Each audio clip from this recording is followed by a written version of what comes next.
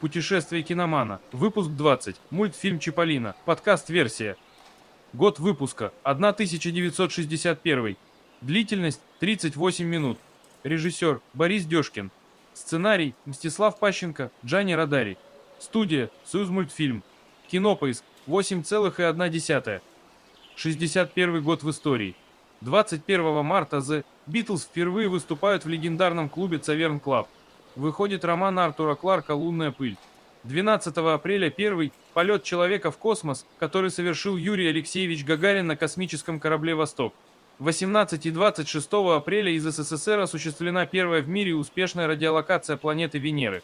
11 октября на Семипалатинском полигоне осуществлен первый подземный ядерный взрыв. Мультфильм «Чиполлино» — это 15-я полнометражная картина студии «Союзмультфильм». Студия Диснея выпускает свою 17-ю полнометражку «101 далматинец». Стадия 1. Обыденный мир.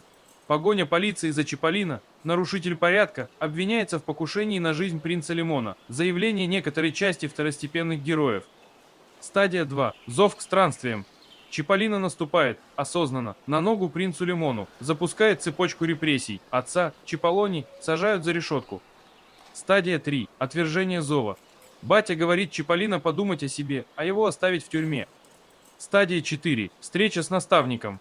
Разговор с профессором Грушей. Профессор поддерживает Чиполлино добрым словом и приглашает познакомиться с его друзьями. Вербует? Взрослый дядя зовет ребенка познакомиться со своими друзьями. Звучит опасно. Стадия 5. Преодоление первого порога.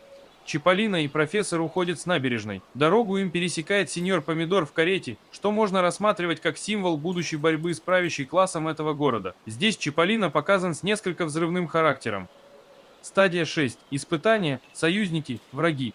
Своими способностями прогоняет сеньора Помидора от дома тыквы. Помидор заселяет дом злой собакой. Собаку накачивают сонным зельем и забирают дом, который прячут у сеньора Черники. Поиск врагами дома. Введение нового персонажа, графа Вишенку. Стадия 7. Приближение к сокрытой пещере. Граф Вишенка забирает у Помидора ключ от подземелья, где удерживают пленников. Стадия 8. Главное испытание. Чиполлино и Редиска освобождают из темницы группу заключенных, тыква, груша, виноград и прочее. Стадия 9. Награда. Все заключенные на свободе. Стадия 10. Обратный путь. Злодей наносит ответный удар, объявляют Чиполлино в розыск, нанимают сыщика Моркову и его собаку-пылесосика. Чиполлино ловят и сажают в тюрьму, но его друзья не оставляют его, присылают ему напильник. С его помощью он и освобождает себя. Остальных заключенных он освобождает украденными у охранника ключами. Стадия 11. Возрождение. Освобожденные жители во главе с Чиполлино врываются на мероприятие, очередные репрессии лимонов и начинают революцию. Стадия 12. Возвращение с эликсиром. Все когда-то угнетенные жители города вместе строят дом. Эликсир, полученная в борьбе свобода. Выводы, вопросы, ассоциации.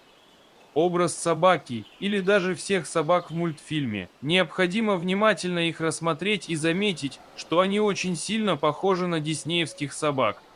Исправленные редиской плакаты указывали на реальных в мультфильме персонажей. Кто они? Тоже из луковой породы? Тогда они должны быть родственниками Чиполлино. Почему эти родственники не вступились за Чиполлино и позволили властям засадить его за решетку? Образ гусеницы. Это же естественный враг всех жителей города. Как она может жить с ними? Почему требует себе чистки обуви? Может, существует некий договор между ней и горожанами? Может, она наемный убийца, мафист? Съедает неугодных режиму граждан? Образ профессора Груши. Это серый кардинал подполья. Ключевая фигура при госперевороте. Тих, спокоен, рассудителен, плавно, но уверенно направляет новых рекрутов в свои ряды. Спокойно руководит всем подпольем. Архетипы. Чиполлино – решительный герой, в какой-то степени наставник и плут. Граф Вишенка – обыкновенный герой, именно он сомневается в своих силах, боится сделать неверный шаг. Сама кража ключей дается ему непросто. Редиска, кактус, груша, виноград, тыква, черника – союзники. Профессор Груша, Чиполлони – наставники. Помидор, лимоны, графини – близняшки теней. Сыщик Моркову и его собака – прислужники теней. Задние фоны прекрасны, хоть и минималистичны. Композитор Карен Хачатурян из музыки к этому мультфильму сочиняет балет в третьих действиях в 1973 году. С 1974 года балет счастливо путешествует по театральным подмосткам. За сложность исполнения был прозван детским «Спартаком». Обратите внимание, что именно Чиполлино уговорил Вишенку украсть ключ у сеньора Помидора. Воспользовался слабым местом Вишенки, потребностью в друзьях. Таким образом, Чиполлино является наставником для Вишенки. Главный герой — это Вишенка, так как у него есть нереализованная потребность в друзьях. Ради этого, дружбы Чиполлино и редиски, он соглашается на воровство ключей у Помидора. У Вишенки, как героя, присутствуют стадии 2 и 3, так как он колебался при краже ключей, но превозмог себя ради новых друзей. Происходит некая инициация Вишенки, после которой он принимается в клуб. В стадии 12 герои строят дом не только для тыквы, а для всех обездоленных. Некая аллюзия на коммунизм, а может даже и прямая отсылка. Слишком большой дом для одного тыквы получается. За тыкву перед черникой почему-то просит Чиполлино, хотя те были знакомы очень давно. Для чего так? Показать переговорный талант Чиполлино? Или тыква с черникой в ссоре? Социальное положение черники выше тыквы, поэтому должен быть между ними посредник.